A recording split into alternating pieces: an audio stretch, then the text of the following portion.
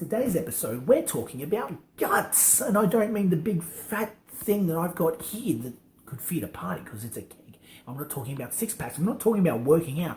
I'm talking about something that each and every single one of you has, completely unique to you. Your gut instinct.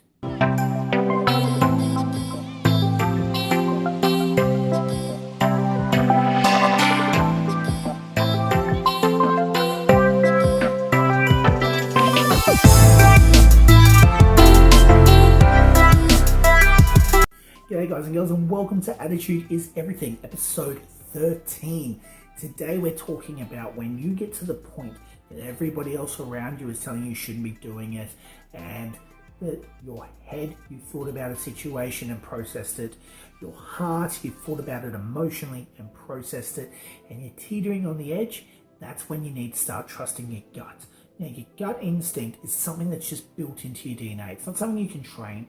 It's not something you can learn at school. There's no courses on learning how to trust your gut. You can go get educated on using your brain the right way to work things out mathematically, to work things out logically.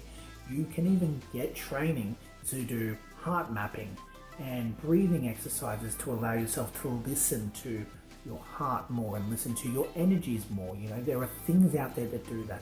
But trusting your gut, that comes down to you. It's a unique thing.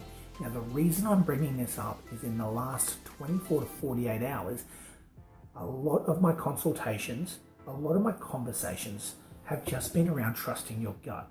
Conversations I'm having with my family, conversations I'm having with my clients are all coming down to just trusting your gut. And one of the biggest ones is a very good friend of mine who is also a client, has packed up her entire life. She has moved away from a very secure and safe job. She has sold everything and thrown what she had left into, I think it's 110 kilos worth of travel gear. She's now out there traveling the world. She's doing something that she has set out to do because it was a passion. And she looked at it logically in her head and went, I might be able to make numbers work. Her heart was definitely in it because it's a passion. So because those two were like, yeah, go do it. And she just, so many people telling her no. In the end, she went with her gut. Now, it's a roller coaster. There's no lying about it. There are highs, and I know she's having some great highs. And I know when she's having really deep lows, simply for the fact that from when she decides to reach out to me. My point is this. The conversation we had today has said everything. Today when I was talking about it, and we're in a low period right now, she said to me, I know, let me set the shadow, her family has said, and all of her friends have said, you need to stop what you're doing, you're going to damage your life, you need to come back and resettle.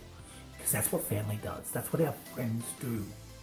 Their job, like your brain, we've talked about this, the 5 seconds after you have an idea to jump before your brain kicks into defensive mode.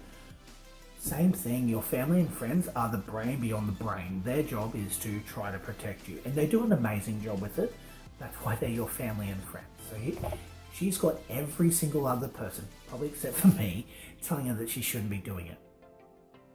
She said to me today, I know logically they're correct, but I've come too far now to stop and go back. My gut tells me to keep going, so I'm still going.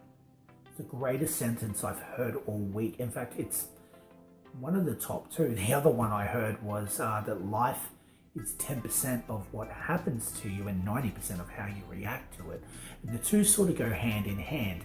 So when you find yourself now in situations that are surrounded by negativity, surrounded by doubt, but there's something inside of you that says, I want to give this a shot.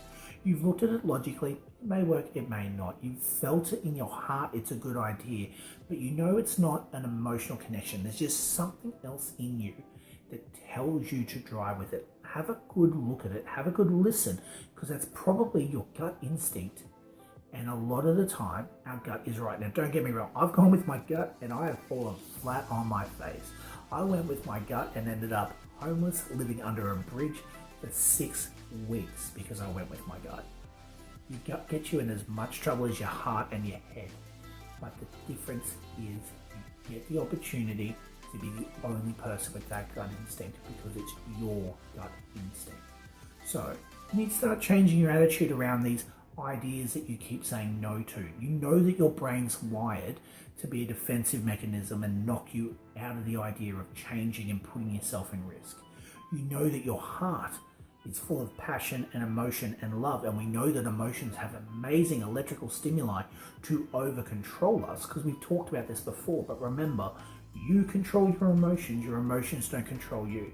So the third and final part of this is when you are right on the edge and you know that you want to jump and you need something else that no one else can provide, you need to start listening to your gut.